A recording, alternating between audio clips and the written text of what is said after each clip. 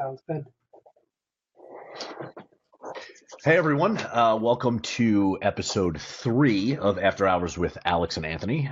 Today we're going to be talking a little bit more about RESO. I know yesterday we came in with the goal to talk about venture capital, and we went off on quite a few tangents, and through that we realized how important of a company the RESO organization is and what they're really trying to do for real estate tech. So today we have with us Krishna Malyala with TLC Engine and Rob Overman with robotic software.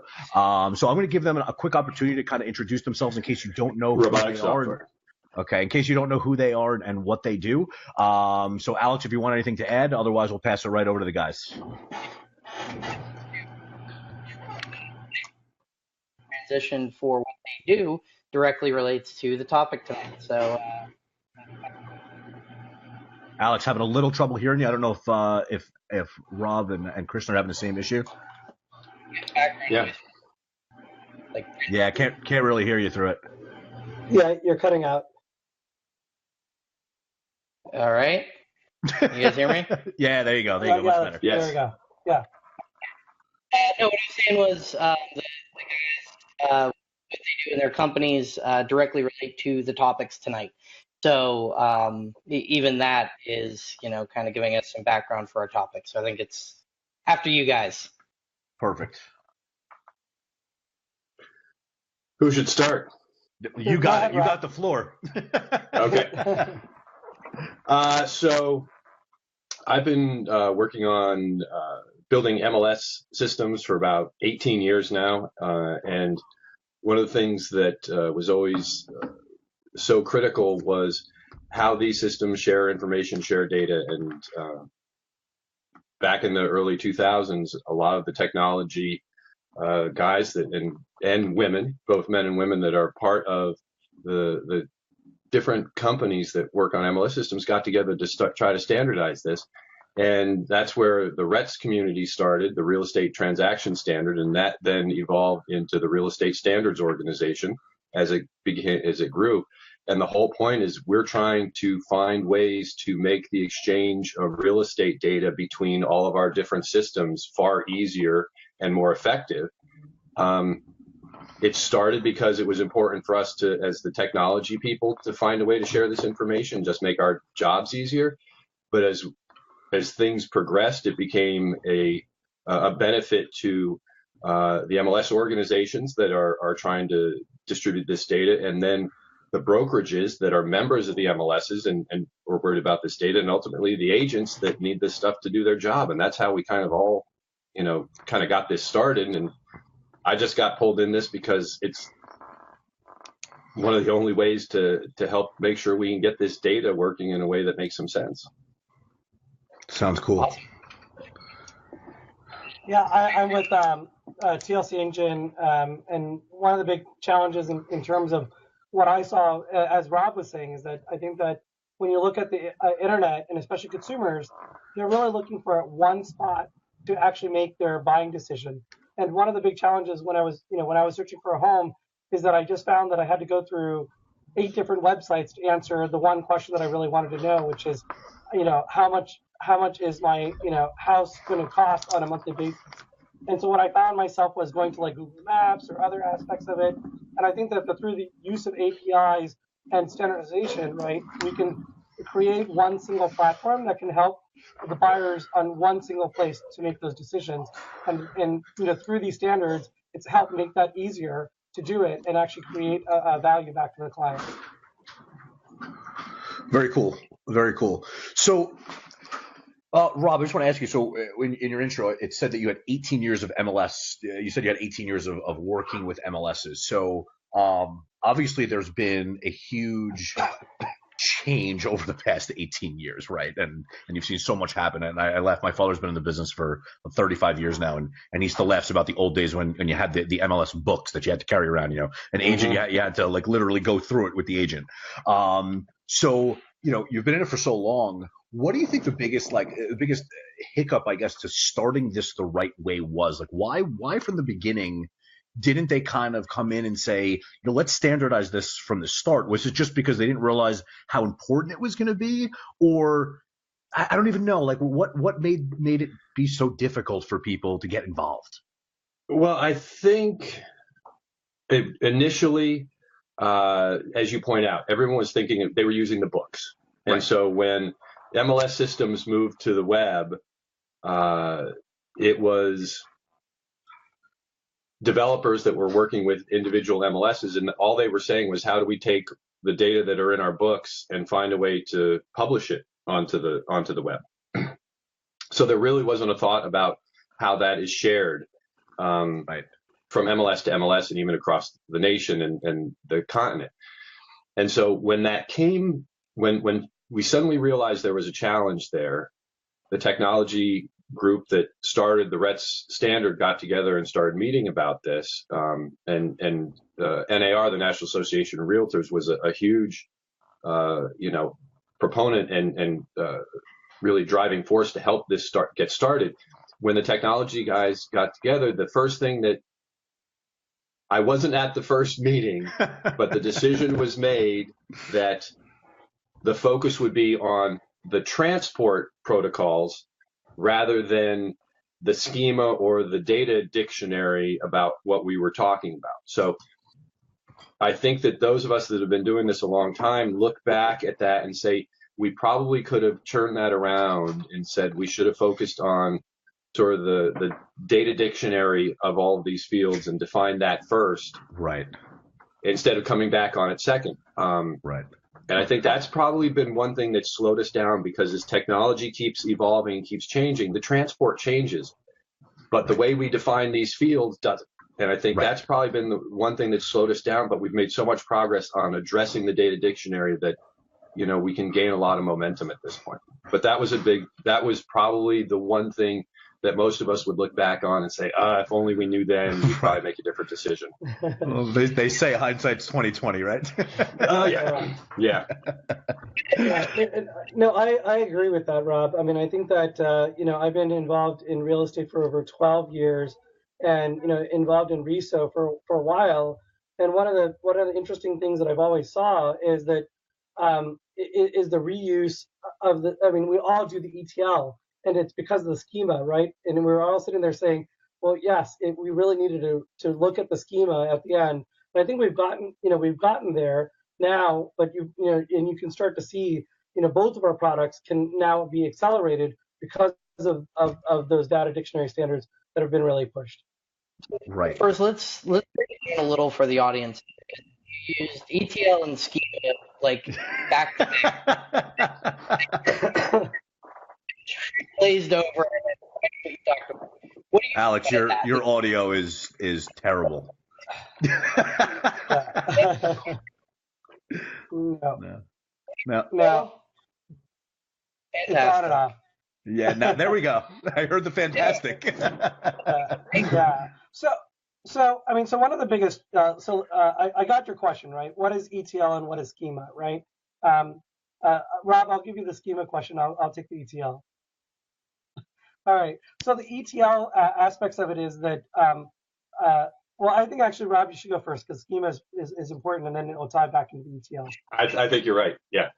So a schema is how we define the information. How do we put together all of the fields of data, all the data points, and put it together and organize it in a format that makes sense and that we can all agree on. And if you look at, let me think of something that's a good standard that you could make a good,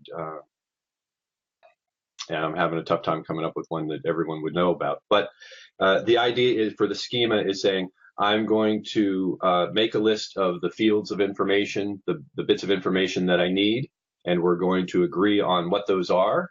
And that puts together sort of that basic model that defines what a listing is, what an agent is, and what an office is. Those are the kind of core things we start with. The best example I usually give of that is things like, say, a date field. How many different ways are there to display a date field? You go Do you actually display the time with it? Do you display the year and the month and the date? Do you do it with zeros to begin or not to begin? Do you, and you get into all of that. And schema is sort of conceptually the idea that everyone agrees we're all going to read the same way, or we're all going to express the same way. I think that's sort of a way to break it down.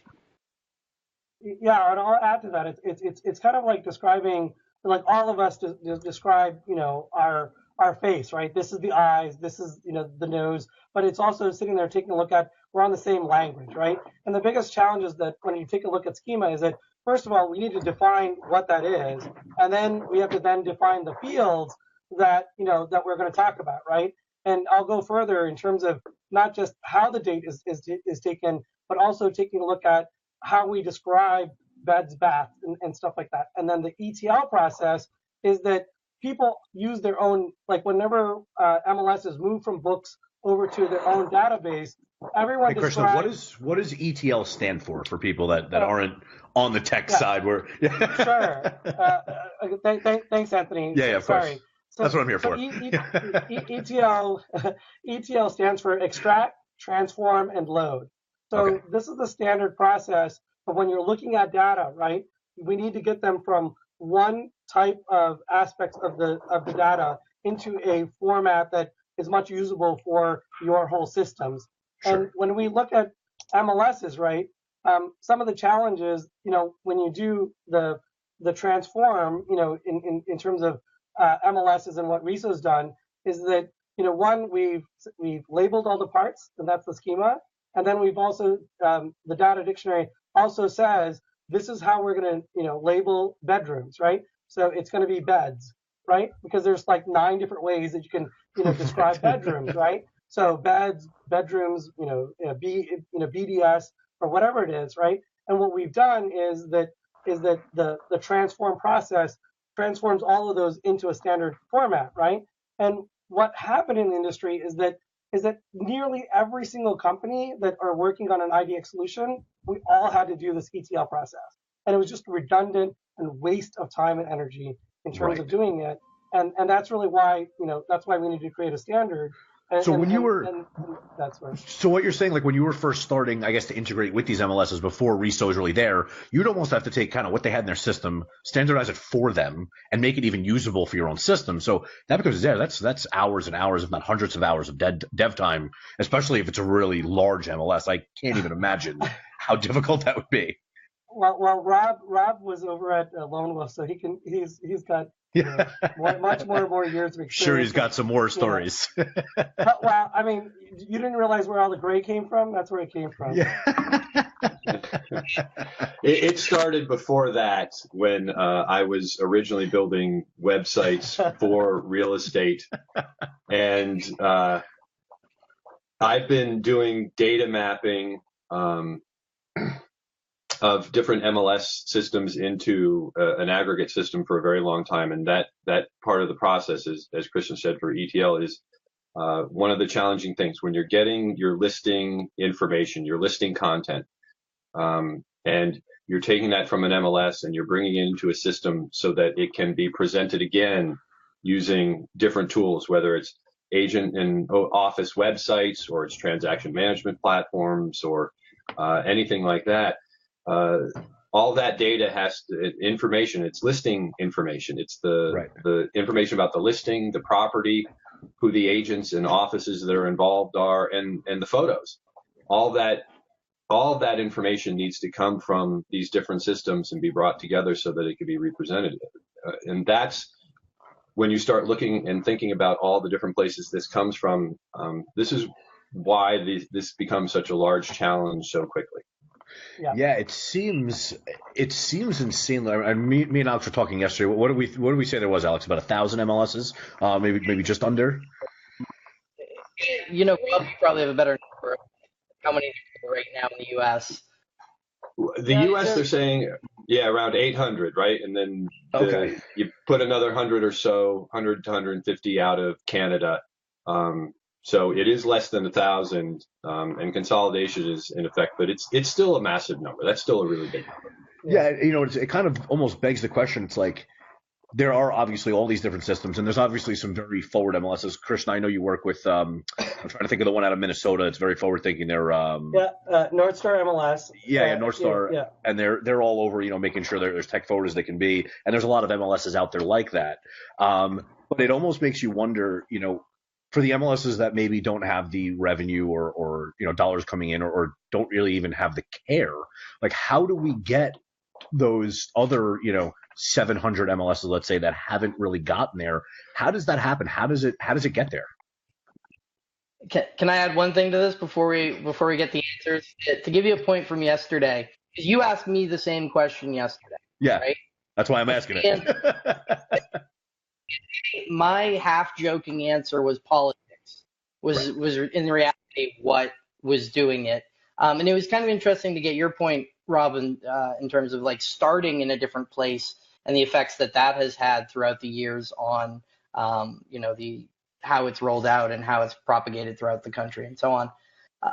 What is the holdup? I mean, like you asked me that yesterday. What is the holdup? So the holdup as far as why we don't have a great way of sharing all of the data and information, or why there are so many MLS organizations? Both, but I'm more thinking in the sense of like, this is where I have to get an FTP fee. And to explain to the crowd what I mean. Alex, you're breaking up again. I think what he's trying to say is like, how do we get the MLSs where they need to be, with the standards, with the schemas the right way, and in an easier way for tech developers and companies that can utilize the data and make something out of it. How do we get there? Like what's holding these companies up, these whatever it is, 500, 600, 700 from getting there? Like what's the issue for them getting there? Well, think about it this way. Each of the MLS organizations out there is currently providing listing information to hundreds, sometimes thousands of other companies, right, that are using that information for their products and their services. If you want to change how you're providing that information, you're not changing it just for one. You're changing it you have to change that process for everyone that you're working with. Okay. Now, if you have a lot of you have brokers and agents that are the members of your MLS, and they're relying on these products and services for them to do their business. If the MLS organization says we're going to change this and we're going to do it right now and it's going to be extremely disruptive, that's going to have a negative impact short term for all of their members. And no one wants to bite that off if it's not easy enough and if it's not beneficial enough. So the best way to do that is more of a slow evolution where you have to move step by step. If you try to blow this all up, you're just going to have extremely unhappy, unproductive members of the MLSs, and that can be very disruptive and damaging to the real estate industry as a whole, and that's not what anyone wants to do. Sure. So it just takes time to get there, and there has to be a tangible benefit that is not only obvious to the technology people, but also to the business people that are, making the decisions, and ultimately the members that are paying for all of this. Right. That's what I was just going to say. Yeah. I mean, well, also, I think that I'll add to that, Rob, is that, it's also an enormous cost to even, small startups, right? This small change could just be a huge different change for us, right? And it's also actually created, in some ways, right? The politics of it is that they didn't want to change too fast either, because it is the barrier to entry, right? To do all of this stuff and to do everything that you need to do, that actually created for some partners, the barrier to entry to sit there and say they're entrenched in our system, right? And so, but we're seeing that change now, and I also think that RESO didn't really have, like, it was a lot of carrot but no stick, and the thing is, this is That is a great expression. I can't wait to use that. No, but Rob, I mean, you've seen it from what Jeremy Crawford has done in the last couple of years, right? I mean, he's transformed the way RESO operates, and we had a sold out conference in Austin this past week, and it's because of the fact that there's a stick now, right? NAR has stepped in and said you've got to get certified. You as a vendor has got to get to this point, right? And so the thing is, is that there's a little bit of stick that's now there, and that's Right. actually forced that change, and that's happened since last year's mid-year. So you were just at this RESO conference, Rob. I don't know if you were there. I know Alex wasn't. How was the conference? Like, talk to what went on there. Like, what goes on there? I've never been to one. So anybody who hasn't been to one, talk to me about how it goes down. Rob, you're the veteran expert. Okay. So RESO guy, right? Yeah. The conference has evolved a lot over the last number of years, and I think the spring one where we have a lot more of the technical staff come and have a day of work group sessions where the volunteers that actually put in their time to help move the standard along meet. They're meeting constantly remotely, over the year, but the conference has given opportunity to sit down and meet face to face. And there's a lot of work that gets done. You have to remember that most of this work is done by volunteers, right, from the community and the industry. So it will only move so fast. I think that it's kind of a little bipolar in that regard, because there are the technical attendees that are focused very much on getting some work done, and then there are the business attendees that are more focused on how does this provide a benefit, and what does it mean about how I'm supposed to operate my business. And I think for me personally, this particular conference was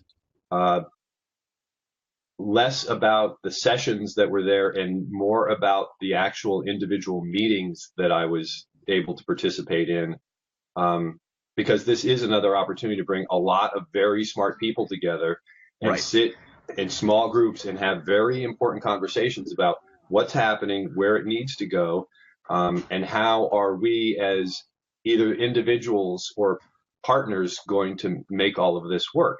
Right. So there are multiple layers to what it benefits. I think this was, I had a conversation with a couple folks at the end right before I left, and one of the challenges is that it often fluctuates or swings like a pendulum between, are we focusing on the technical or are we focusing on the business? Right. And that's a very difficult thing to sort of stabilize and who the target audience is. But it's also an opportunity usually for the smart people to share their ideas. Got it. And do that. I think that the presentations and the sessions can have benefits for those that are new to the community, right? Or are looking for more information about areas of the industry that they don't have a lot of experience with. I think, Krishna, you've had an opportunity over the years to be able to really talk about your product and your platform and do that with an audience that is interested in helping you or using what you've got, but it also, and build relationships from that standpoint as well. Well, yeah, absolutely. So, I agree with Rob, is that, one of the things that I would tell the participants is that if you're really getting into the industry, what's interesting is that, I've met most of you guys on the tech side, right? And Rob, we've met, and built our relationships based on the RESO conferences. And, it's really given, like you said, Rob, it's like smart people just want to solve problems. I mean, that's the big gist of it, right? And we're really not worried about, like, we try to not worry about the politics of what we're doing, because we want to help each other, because we have common problems. And I think the work groups really, take a look at that. And then the nice thing is that RESO also provides opportunity for small startups to, talk to the tech community, who's much, much more receptive to, that's a really cool idea, right? And then they can help drive that conversation on the business side, and then they can, help get in front of the decision makers. So I think it's a great way for people to, kind of test market their ideas, right? But also become an actual participant to drive the standards, right? So like the example is that, the home energy fields and some of the aspects of it, right? Is that, as we started to add that as part of TLC, we can push that as part of the standard, right? Then it actually helps us in terms of our business. So it's, it's because at the end of the day, smart people really want to solve problems. And I think that it's a great opportunity for us of not really thinking about the politics. And Alex, we've always said that, right? Is that, even with Anthony, it's like, we're like, if it was up to us, we just, we would just all work together, right? Right. And but sometimes it's on the business side, but it also gives you really cool ideas of like, oh, I never thought of that. Oh, I had that same problem, and I'm glad that we can talk about it. And it gives you some great feedback on an open forum. And that's the, and that's the cool thing, right? Of open, open source software and other stuff, is that it's really not, the nice thing about the RESO standard is it's a standard, it's open, and everyone can get to it, right? I mean, one of the things that they talked about was blockchain, and Dave Caudry from CRT Labs, actually opened up their GitHub aspects of it to show how blockchain could be used in real estate. It was a really, really cool presentation. Very cool. Very cool. So, it's, go ahead, Alex, sorry. It's working now? It's definitely better now, yeah.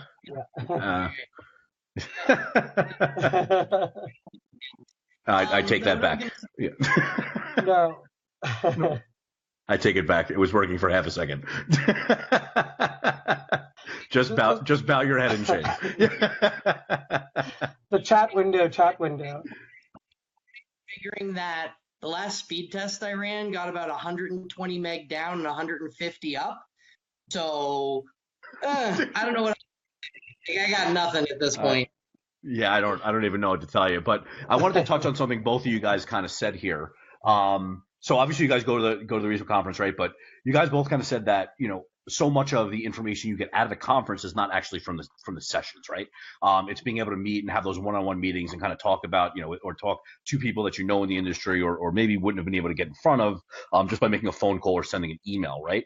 And I've noticed that at conferences, and again, I haven't been at RESO, but I've noticed that with tons of other conferences I've went to, right? I recently went to a conference a couple months ago, and I didn't go to one session. It was strictly meeting after meeting, talking to people as they were going by, and it seems to be becoming much more of a trend for these conferences, more so being just a place where you're like, okay, these are the type of people that are going to be there, and I need to go find these people and get in front of them face to face. Where it used to be, even like 5 years ago, like everybody went for the sessions and they went to hear the keynote speakers and all these things. And I'm just as willing to go and miss a keynote speaker if I can have a conversation with somebody that either I can help their business or they can help mine. And it's kind of amazing to see how conferences have changed over the past couple of years. And I know, Alex, you speak at a ton of conferences, so I'm sure you've kind of seen that happen at where less and less attendance at the actual sessions and more happening kind of in the lobby, or the lobby con as they call it, right? Yeah, over my time, I believe there's sort of a life cycle that's going on for particularly, I think in general, Anthony, to say across conferences, but for the RESO conference in particular, first time attendees, the primary value proposition is being able to go to the sessions and learn about what it is. Yeah. Get a sense of what this is all trying to cover. Right. And one of the little benefits you get out of that is meeting a couple of the people that do presentations, or in passing, you get an opportunity to meet somebody. Then the second stage is where you're sort of evenly split. You get an opportunity to meet some new people, and now you've also made some relationships that you're able to do some networking and learn a little bit more. And I hate to I hate to put me in like the sunset phase, in the old man phase at this point, but honestly, like you said, I did not go to any of the sessions. I didn't have time to go to any of the sessions.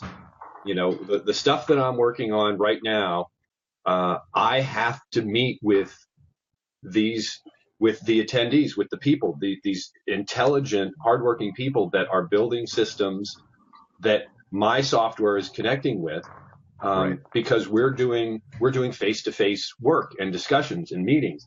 And this gives us all an opportunity to be together to do that. And I think, you know, when I remember the first time I met Krishna, and that was actually at a CMLS conference, and Kristen Carr was the one that introduced us, because you had just met her, and she brought me over and said, you have to see what this guy's working on. It's amazing. And those are the sort of things that, you know, we can start with, and how we start building the network and the community. And we're at that point where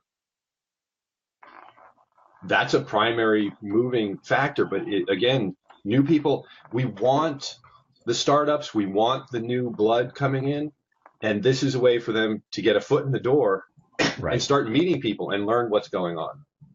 Yeah, I think that, you know, RESO is a very tech-friendly, you know, both conferences are very tech-friendly conferences, right? And I think that it allows you to, again, you know, meet with smart people. And Rob, I think that your assessment is 100% right on, right? For all the conference that I attended, you know, I went to go see all the speakers. I got some ideas in terms of what my product is. I see what's actually working. You know, I can understand, like, and then also you can actually track what didn't work, right? So, like, you know, where you see companies, you know, that are one and done, you're like, okay, what happened to them, right?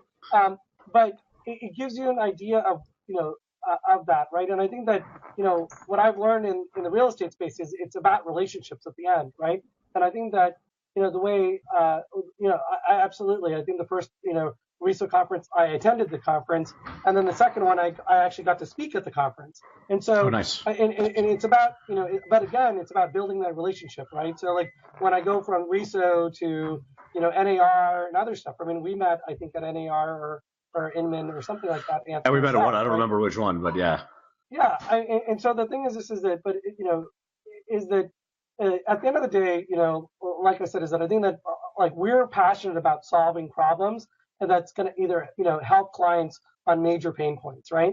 And then what all of these conferences allow us to do is to share those ideas, and you do see that evolution, right? I mean, I always behoove people that just don't do lobby conning, at least get the badge, you know, so that of course. it gives you that opportunity to be there. But yes, absolutely. I mean, everything else happens, you know, on the back ends of those type of stuff, right? I mean, I was able to speak at other conferences because of, you know, the setups, right? So I mean, my advice for startups, I think that I'd like to give from Rob's point of view is that you can use RESO's conferences as a safe test bed for kind of what you're doing, you know, in terms of getting ideas and understanding the standards and kind of get your feet wet in the industry.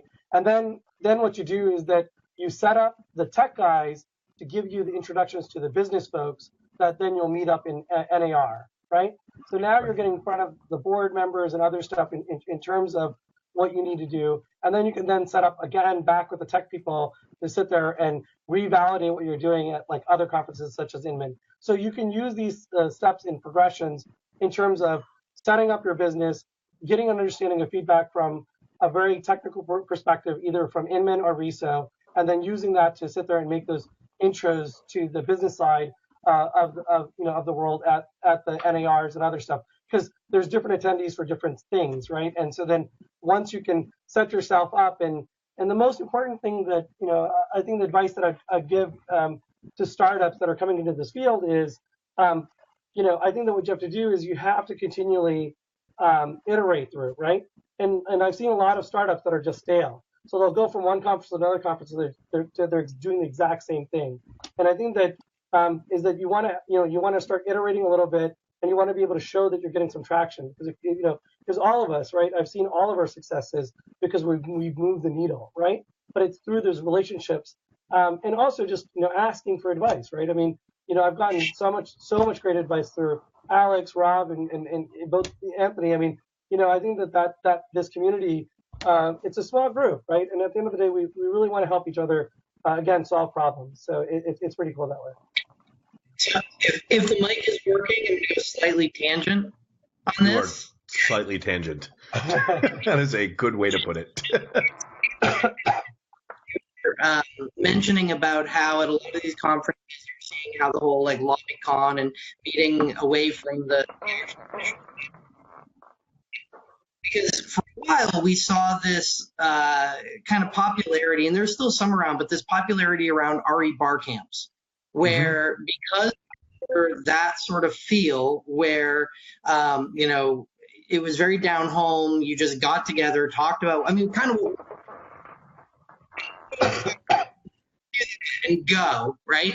But the weird part is all of those RE Barcamps all of a sudden started getting huge, and then getting official meeting plans to them. They started, and then the next day they became these like official speakers flown in, and all of these various things.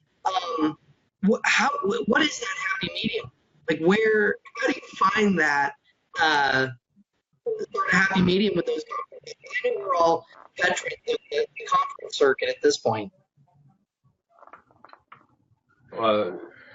One of the things that the RESO is doing is limiting the size first.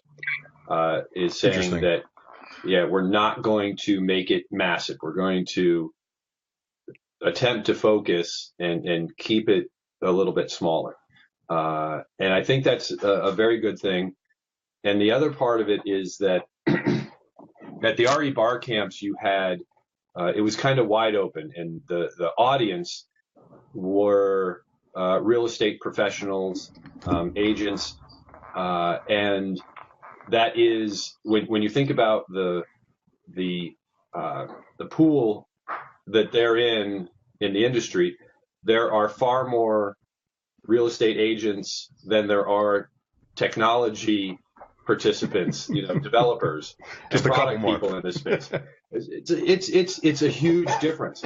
So one of the things, Krishna talked about, 12 years doing this, me rapidly approaching 20 years of this, and I am not the senior veteran in the community that attends the conferences. Right. I'm not there yet. There's going to, we go and we, Let's not rush it. Don't count yourself out just yet. Well, thanks. But the whole point is the core group of people that are attending have been attending for 15 years. Right. And they know each other and they work together. And as long as RESO as an organization does not attempt to turn it into, a massive, just a massive event, and keep it focused on the business at hand, which is driving the technology and the standards, it won't get out of control. And that is how I think it's going to remain vital. It's like your bonsai tree. You've got to keep trimming it back to keep it healthy. You can't just let it go and spread wherever it may want. You need to control its growth from the standpoint of not letting it get buried under its own weight. And I think that so far, RESO's been doing an admirable job on that front. And that allows the people that attend to get the most value out of it. It's pretty deep, Rob. RESO is a bonsai. Yeah, it's a bonsai tree. No, but I like that. Oh, go ahead, Alex. Sorry. You got to trim it back. You got to. That was pretty deep. I like that. Huh. I'm not only old, I'm also wise, I guess. You're just digging it deeper, Rob. That's it. So it's it's funny the way you kind of said that RESO is keeping it small. And I think it's an interesting concept for them. I've seen some of these other conferences. I attend Inman a couple times a year, and it's 3, 4, 5,000 people, and no matter how long they're there for 5 days, you cannot physically meet everybody. It's just not possible. But keeping it small on that end to make sure the standards are developed properly and things are done the right way, I think is a really it's a great way to ensure that RESO will be successful in the long term. I think that if they really go large scale on it, they get 2,000 people at a conference, it's going to lose its and as crazy as it sounds, you get more people there, but it's almost going to lose its power by having more people there. And I think that's an interesting take on what they're doing. Here's a question for you in terms of how you think they'll do it for the size of the group. Some of the groups that have grown in size and tried to stay limited, some of them go first come, first serve, and some of them go exclusive and only certain folks can go and show up and so on. What I wonder about is as it gets more and more popular and you do have to limit the attendance and cut it back to some extent, one of the sort of beautiful parts you were mentioning before, Krishna, is about the startups and sort of that comfort level and all that sort of stuff. When it becomes exclusive, I don't know that, when I was a startup, I certainly wasn't going to all the exclusive events for the first couple of years anyway. How do you balance that? What are you guys' thoughts on how you do that? I think that I think you evolve over time, right? I didn't attend any conferences at all, right? I think that the first real estate conference that I attended was Triple Play, but I was a real estate agent at that point, right? And I think that's where I met you, Krishna. I think it was a Triple Play conference. Yeah. Now that I think about it. Yeah. So I think that there's still ways, in terms of building it. I actually, Alex, I attended my first RE Barcamp, and it was super small, right? And it was the best thing because you got to really get to know a lot of people. And I think Anthony would sit there and say is that the Snowmageddon that happened at Inman in New York, right? I think it was probably one of the best conferences for Inman because it was small, right? And it's because there were so few attendances. I loved that conference. So that was my first ICNY, was that 2015, right? Yeah. So I remember I was all excited. Being a sponsored Inman is not a cheap thing to be. And I'm exhibiting for 5 days. And it's the day before. It's like it starts on a Monday or Tuesday, and it's the day before. And they're like, we're shutting the railroads down. No planes are coming in. I'm like, all right, I'm going to go to the city the night before. I'll make sure I'm there. That way anybody who comes in, it's going to be great. And I'm sitting there. We wound up staying at the W Times Square, which is right across the street from the conference hotel, the Hilton. And we're in a room, and I remember looking. It was a direct view down to Times Square, and it was the only time in my entire life I'm looking down on Times Square. It's snowing, and there's nobody outside. There's not a person walking. There's not cars driving by. Like the city was shut down, and I have pictures of it, and I'll maybe I'll post them with the video later. But it was one of the most surreal experiences ever, and I remember being part of like the Twitter chat and the Facebook group for Inman, and everybody was like, my flight was canceled. Like, how am I going to get in? And people were taking trains. And I remember there were stories of people like that took Ubers from Connecticut and Rhode Island or DC, and they got driven in. And it was amazing to see everybody come together. And because it was a smaller conference, because so many people got or couldn't make it there, it was very powerful for me, especially being as an exhibitor there. I got to meet tons and tons of people, and everybody that was there was dedicated to being there because they made a decision to be there. They could have said, you know what, I'll just go to San Francisco. They found a way to be there. So we made a ton of contacts at that conference. That was that was still to date probably one of my favorite conferences. Yeah. Yeah, absolutely. And because I think that we hung out. I think everybody hung out, right? And I think that I think common stories really bind us, right? At the end of the day, we're all human, right? Alex, I think that the things that I always give advice is that you never know until you ask, right? And so just ask. And at the end of the day, like, I think everybody out there, they're not, like they're not out there to. No, I was about to be tongue in cheek, but they're Do really it. That's what we're here for. Be tongue in cheek. No. I was gonna sit there and state that people aren't out there to steal your ideas, but and and but I think that people are there to actually help, right? Speaking of stealing ideas, me and Alex actually. Oh, that was awesome. Alex, I didn't hear any of what you said there. Sorry. I just laughed because as Krishna said that, people are not out there to steal your ideas. All of us just got this smile up. The idea stolen. Yeah. Well, the other part is, and Alex, we've spoken about this, right? It's, an idea is just an idea, right? It's executing it that makes it happen, absolutely. right? You could have 100 ideas, but there's not many people that can actually take it and make it into something. But it's funny because this particular point was something that I see a very definitive difference between the way developers and product people think versus the way the business people think. The business people want to copyright the idea. Right. When we build something, those that build it look at it and say, the idea is the idea. As you just said, it's execution. Right. That's where, you differentiate. That's why, the patent trolls that come along and it's this half-baked idea and they patent it and unreasonably get protection for something that really they shouldn't have. Right. It does ultimately come down to execution. You have to have the idea. Was it Edison? 10% inspiration, 90% perspiration. And I think we all kind of agree with that. And it's not stealing ideas. It's, we are paying homage to the intelligence that came up with a great idea by borrowing it. Right. Or helping it spread, finding a wider audience. Well, but bringing it back to RESO, right? Is that all of us have that same ETL pain point, right? And if we can make those standards, right? I think that you have ideas, but also a lot of people have helped me along the way, right? To sit there and say, oh, I've got this problem, this is how you solve it. So I mean everything does come down to execution, at the end of the day. And so and in fact, I think that's a great answer. I'm actually glad that I did bring it up, in terms of it, right?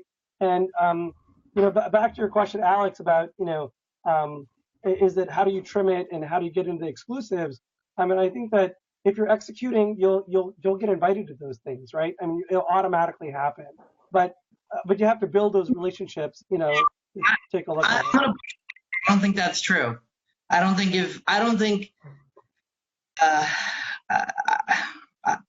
think it's not necessarily true to say that if you're executing, you'll get invited. I think that's not how the world works. It's it's about relationships. Boom.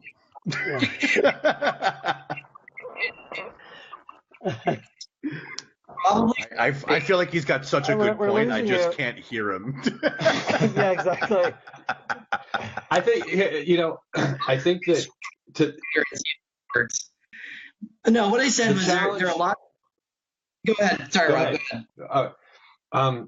I don't think you have to worry too much about it because I think that the nature, particularly of the RESO conference, is such that if an attendee goes and they don't understand what's going on or they don't see the value of it, they're not going to come back.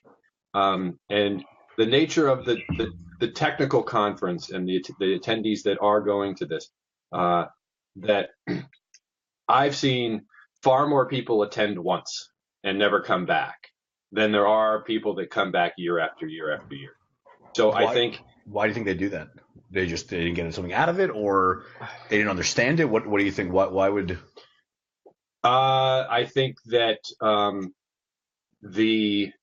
I think that a lot of people that come the first time, particularly if they're a startup or new to the industry, underestimate what has to happen, not really even from a technology standpoint, from a business and political standpoint. Right.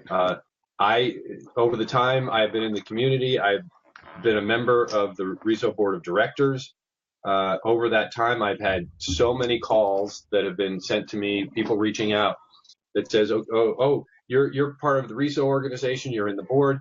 I need a feed of all the listing content for the United States. Can you point me to the API that will give that to me? Yeah, sure. And I've got a great product idea, and I just need you to give me all the data so that I can make $1 million on it. Right.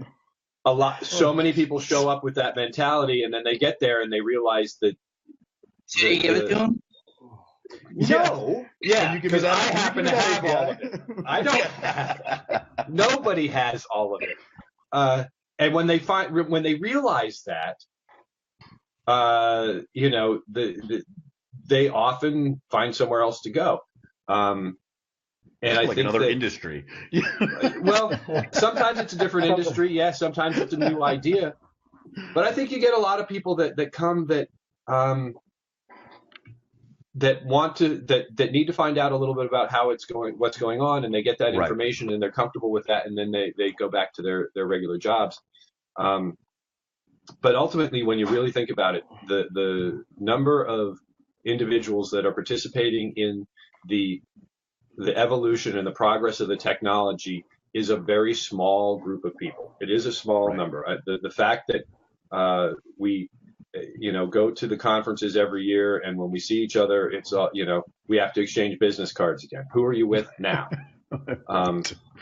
But it doesn't mean it is, they say it's a very incestuous business.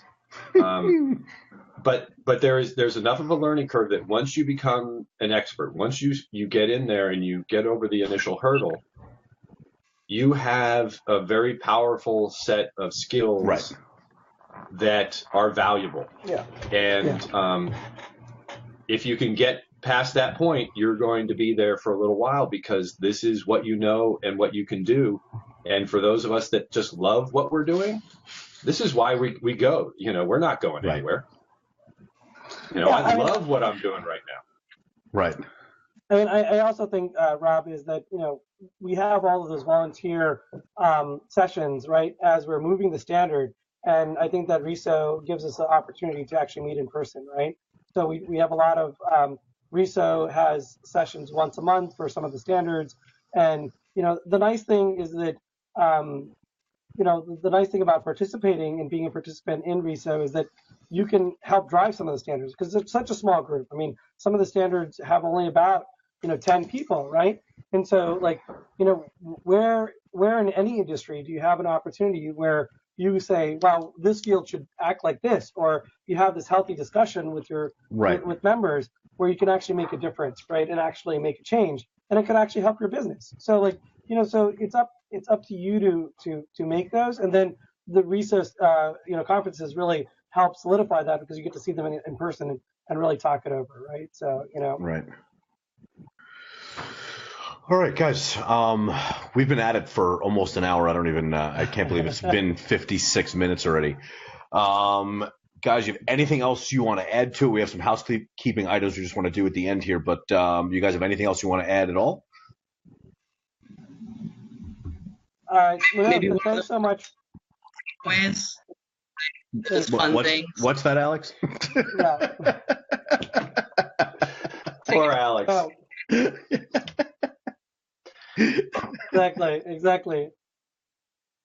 I think that I was having a really good conversation right before I left Austin yesterday. I sat and had lunch with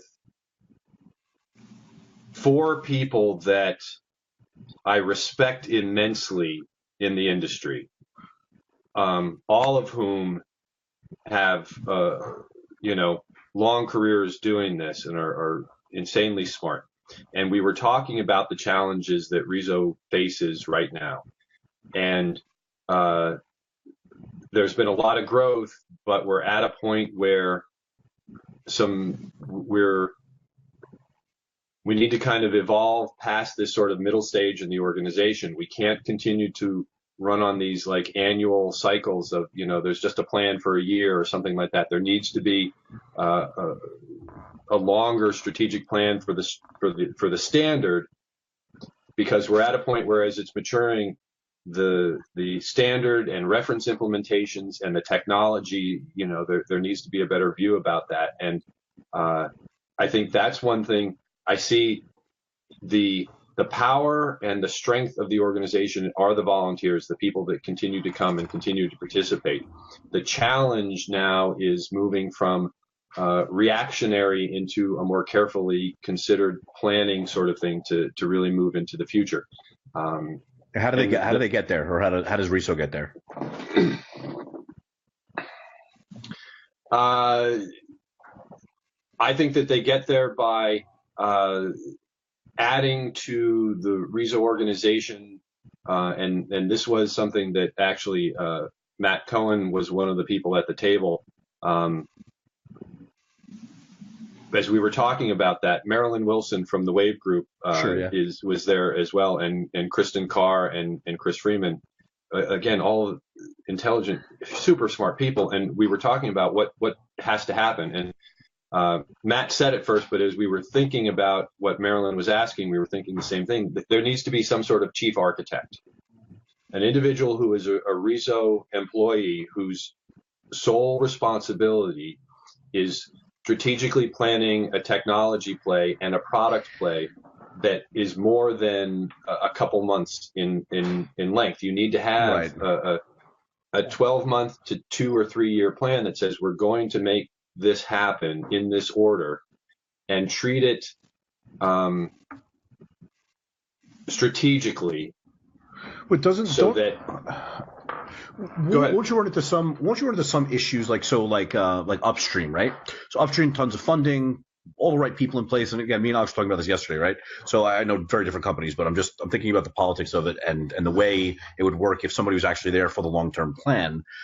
It almost seems like if someone is there for a long-term plan or is kind of there to say, okay, these are the things we need to accomplish, this is how we need to accomplish them, because it's such a volunteer-based company, like how do you almost say to people like, hey, we need to get these things done and you're responsible for them? I feel like it becomes really tough. The chief architect, the chief architect is a paid position within the RESO organization. Okay. There are RESO employees, but I think the organization is quickly moving to a size where bringing on full-time staff of an architect and maybe product management or product owner is the only way that it kind of gets past this next phase. Right. Because so that's their they've job. grown to this point where they almost need to do this. They don't really have a choice anymore if they want to get from where they are to where they need to be. I believe that's the case. Absolutely. I believe that that's the case. And I believe that as we were talking about that, the five of us were talking about that yesterday. Everyone seemed in agreement that that's what's going to have to happen. And believe me, when we talk about these things, I implicitly trust, Kristen and Matt and Chris Freeman on these things. This is, we've all been doing this and had been in the technology space long enough that if we're all agreeing on the same thing, it seems like it's the right idea to me. Right. Rob, I agree with that sentiment, right? I mean, I think that is that, because also the lag of some of the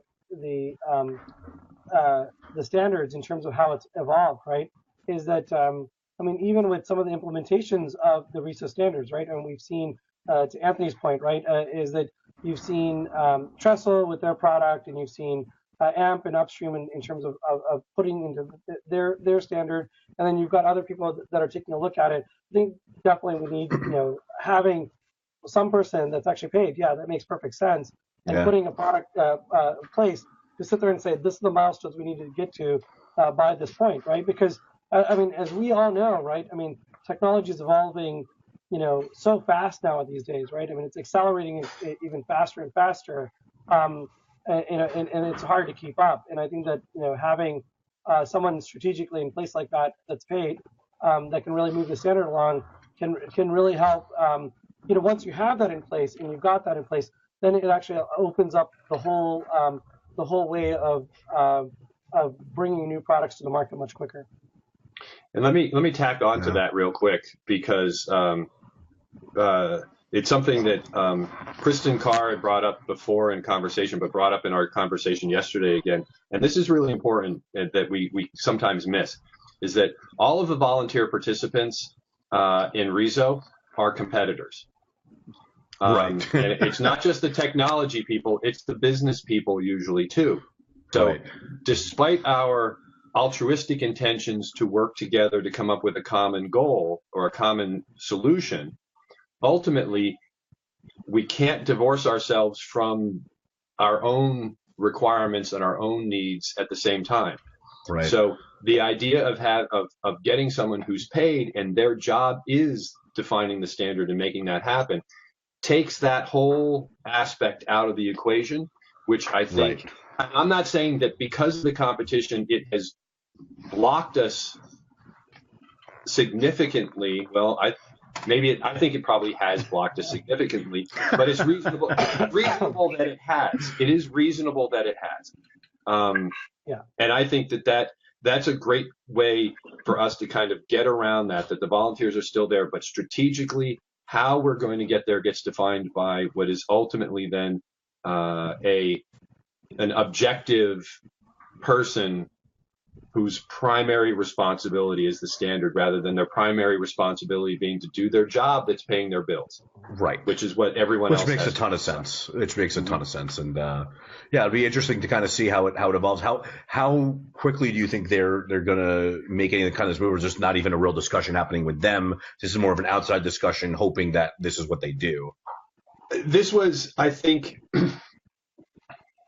96% an outside discussion. Okay. my time on the board, this has come up sort of, but I think that at this point, I feel that we'll be able to, a few of us that were there that talk with the board members frequently, we'll bring this up and make this suggestion. I think it will probably come up as a discussion with the board over the next couple months. And if the financials can work out, I think it could be something that we could see executed, when we get into the first half of 2018. Nice. Yeah, I mean, it definitely makes sense. And awesome. Krishna, anything that you want to add before we head out of this? No, I mean, I agree with Rob in terms of where we're going, and I think that NAR has stepped up in terms of really pushing these standards. I mean, we've got some deadlines that are coming up for vendors, right? And I think that having one person that's independent of that co-opetition or whatever you want to call it, right? Co-opetition, I like that. Yeah, nice. Exactly. So it is that, right? And so then if we can divorce of that and then sit there and say, hey, this is a standard, and then that actually helps all of us as an industry, where sometimes when you need to make a decision, you just need one person to make that decision, saying all of it, right? Because you'll see some stuff in standards swayed by the 800-pound gorilla in the room, right? Mm-hmm. And so the thing is that having that one person, say, well, this is what we're going to do, no matter what, right? In terms of it, and it benefits it benefits everyone overall. I think that's a pretty cool idea, and I'd love to see it implemented, hopefully by next year. Very cool. Krishna, on a totally and actually totally unrelated note, there is a musical instrument of some sort behind you, and I need to know what it is.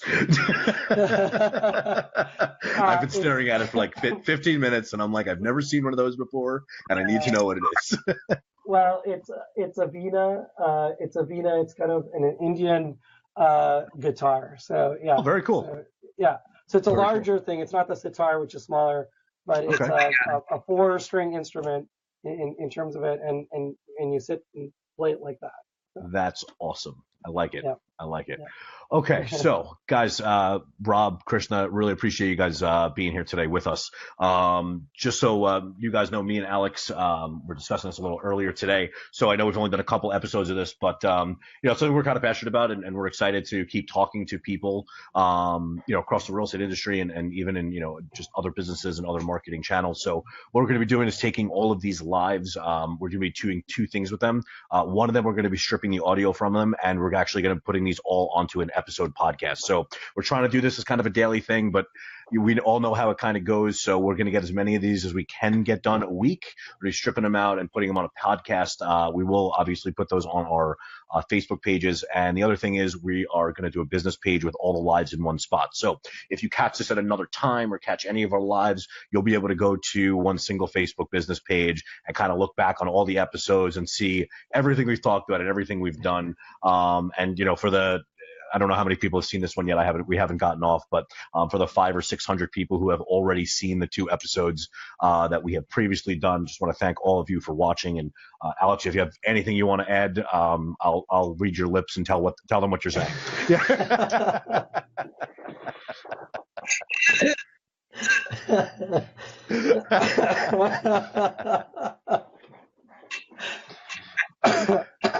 Nothing. All right. Gentlemen, you gotta get you a new microphone. Yesterday was the computer, now it's the microphone. We gotta figure something out. Poor Alex. Gentlemen. I know. I feel like you wanted to be like more into that and just thank you. Yeah, no problem, guys. Thanks so much for being here, and we'll all be in touch. But thanks a lot for taking the time. Really appreciate it. All right. Thank you very much, guys. Thanks, Have guys. a great one. You too. Bye.